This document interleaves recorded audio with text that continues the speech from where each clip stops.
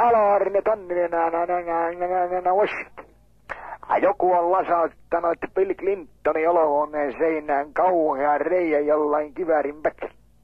Itse asiassa totta, jos puhutaan, niin valkoisen talon seinästä on löytynyt aseen jälki. Jäljestä päätellen se on lähtenyt kiväärin suusta taikka pistoolin suusta, mistä sitä koskaan näistä nykyajan vempaimista tietää. Ne saattaa olla vaikka Ritsolla hurraudettu päin, sitä ei ikinä tiedä mikä sinne on lasahtanut, mutta joka tapauksessa Bill Clintonin ainoa viinipulla hänen baarikaapista on lasahtanut rikki. Luoti on lävistänyt Bill Clintonin valkkaripullon kaulanne ihan muusiksi. Bill soitti mulle aamulla ja vain itku, että kukahan tämmöistä viittii tehdä. Mä sanoin, että ei hätä. Me tullaan sinne äärimuslimien kanssa ensi yönä väihmään ja ruvetaan kattoon, että kuka sen lasautteli. Jos mä löydän yhdenkään ampu ja mä päästän sitä niin turpaan, että rekä roiskuu ja sen pää lentää 18 kilometrin pää.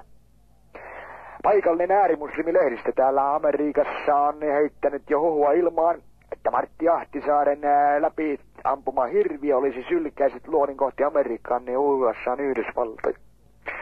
Saattaa olla strategisesti erittäin vaikea tapaus. Kato, tässä on se nelikki kiinni, niin mä vetelen sitä läkkyn. Täällä on Tonninen, Washington, down.